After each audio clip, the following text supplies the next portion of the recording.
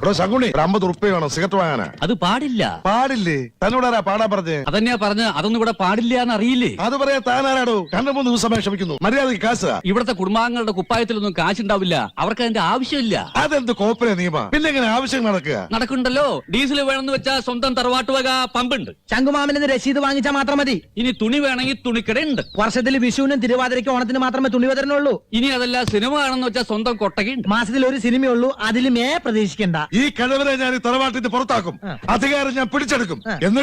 എന്നിട്ട് സ്റ്റോർ നിറയെ സിഗരറ്റ്, ഈ തറവാട്ട് വക ഒരു വിദേശ മദ്യഷാപ്പ്, കുടുംബം കുളം തോണ്ടാൻ തന്നെ തീരുമാനം അല്ലേ മാഷെ? വീട്ടുകാരെ അറിഞ്ഞിട്ട പേര് തന്നെയാവും ശത്രുന്നല്ലേ? പിരിച്ചുവിട്ട പട്ടാളക്കാരനും വിസയില്ലാതെ വന്ന പേർഷ്യക്കാരനും പണം കടം കൊടുക്കരുതാണ് പ്രമാണം. അപ്പൊ ചേട്ടൻ തറയാണല്ലേ?